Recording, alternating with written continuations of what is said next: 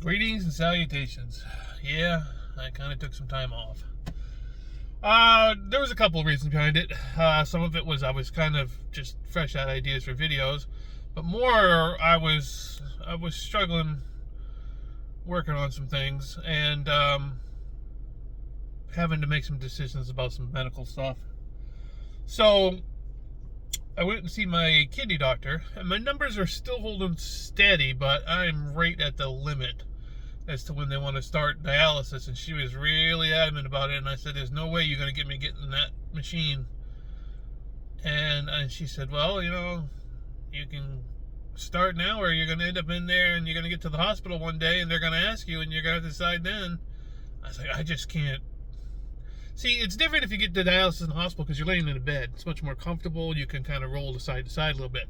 Problem with the dialysis when you go to the clinic to get it done is you have to sit in a chair, and you can either sit in a chair normally or lean back like in a recliner, but you can't stand up for 4 hours. You can't get up and move. And with my back being as bad as it is, I don't think I can sit there for 4 hours and not move.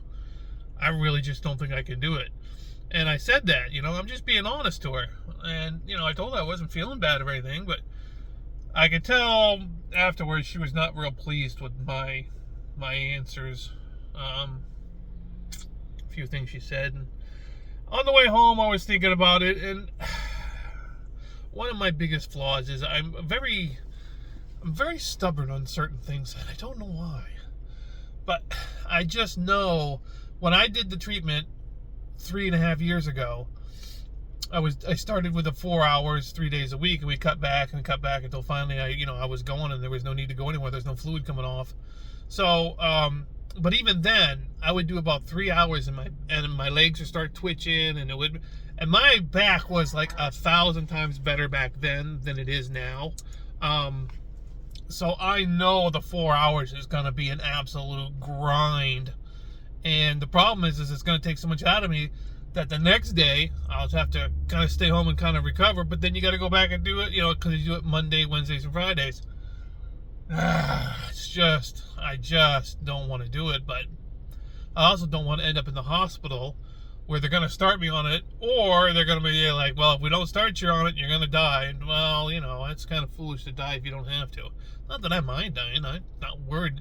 Death does not scare me at all. But you also don't want to spend the last few days of your life or weeks or months or whatever laying in a hospital bed somewhere either.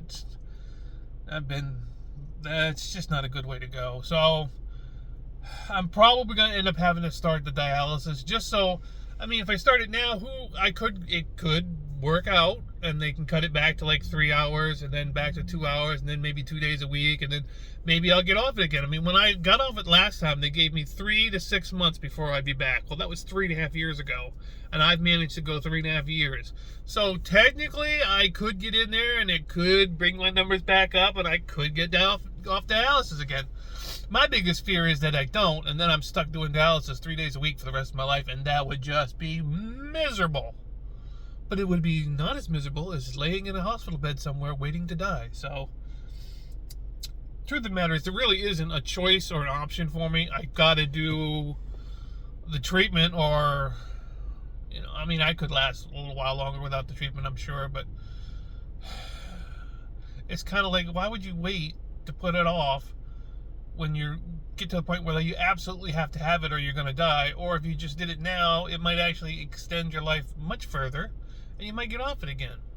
It's just, I hate being told, every time I see a doctor, they always say the same thing. Well, you got to do this, you got to do this, and we got to put all this in there. No, we don't have to do any of that.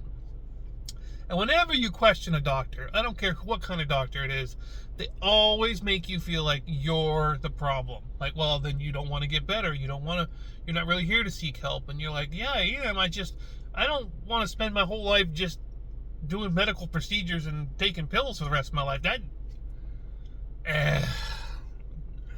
Problem is, it's bothering me. And when I have a lot of my brain, that's one of the side effects, I guess, from the anxiety and the depression, is I can't sleep.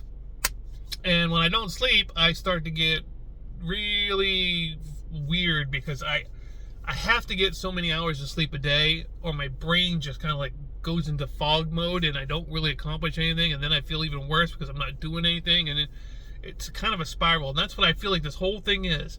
If I'm not careful, this is going to send me down a spiral, and once you decide to give up, your body will check out pretty quickly, and I just don't want to do that. I still want to be here. I just got to rally to get myself behind the thought of doing that. The procedure's not bad. They just stick a thing in your arm and you lay there. The problem is you can't move because of the treatment. It's not uncomfortable, and it's certainly, the people that work there are very pleasant, but I just don't like the idea of sitting in that chair for 4 hours. But it's, most of my issues nowadays come down to the mental side of it. If I can get through it mentally, I'm usually pretty good. Like, if I could get down there and I could do the first treatment in 4 hours and say I can get through it pretty well. I mean, I'm not going to get through it without any pain, but there'll be some.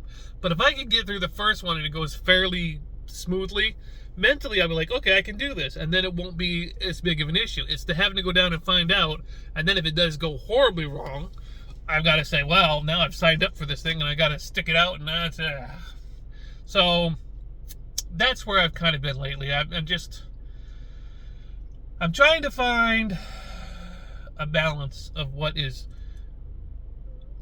good for me medically, but also good for me in the physical, mental sense. You know what I mean? I don't know. I'm probably overthinking it. I know I'm overthinking it, but I can't help that. That's just the way I am.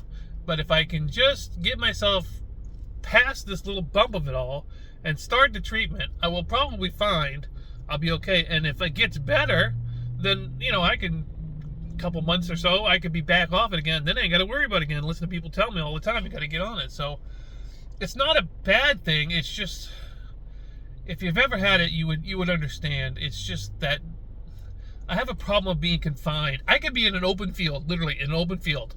But if you put a rope across my arms and legs so I can't move, I'm going to panic. There's plenty of air. You're not going to die. But I'll panic because I can't move. It's a psychological problem. I understand that.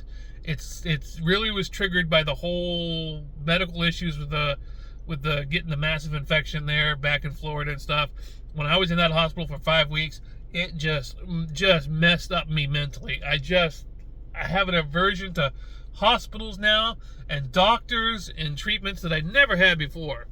I mean, it's just, and I know it's all in my head, but I also know that I know how I'm going to feel after I get there and do those 4 hours, and it's not going to be a good time. So, but the other problem is I'm having other issues. Like, I'm losing the feeling of my limbs and arms and legs. I'm having trouble just opening things, walking steady. I'm definitely way more unstable than I used to be. So part of that was the reason I didn't want to start it, was because I felt there was too much going on. But I mean, like I said, I don't really have a choice in the matter. I like to think I do, and I like to drag my feet about it, but you drag your feet too long, you're going to create more problems later. If I just start the procedures now, then maybe I'll do better off, and if I don't, well then, at least I tried. So yeah, that's kind of where I've been. So I apologize for not doing the more videos.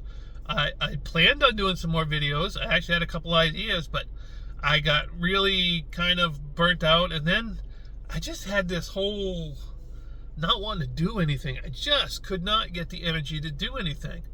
And I'd lay in bed at night and I'd think about, I could do this and this and this, and then I'd get up the next day and I'd be like, nah, I just don't want to do it. And I think a lot of that has to do with the health, but it's also got to do with the depression and the anxiety and the side effects to all the medications I take. And it just, I think this winter has also been very long and very cold. Usually I love winter. I love winter. But I want warmer weather. I want to just get through this. I can't go outside and do anything because I'm always afraid I'm going to slip and slide on the ice. And if I fall, I know I'm not getting back up. So it's been a lot of mental issues going on with me trying to get myself back into the right frame of mind. And I feel like I've kind of rallied that around a little bit. I've kind of got my brain wrapped around it now. I've accepted, but what is obviously going to have to be done. So just a matter of getting it done, I guess. Anyway, that's what's going on with me. So we'll see what the doctor has to say. We'll see how soon they want to start me on that treatment, or I don't know. I don't know how that's all going to go, but well, we'll just have to persevere and endeavor to make our way through it. Anyway, hope you're all doing well. Things are going good for you. And I appreciate everybody watching. We'll catch you in the next one.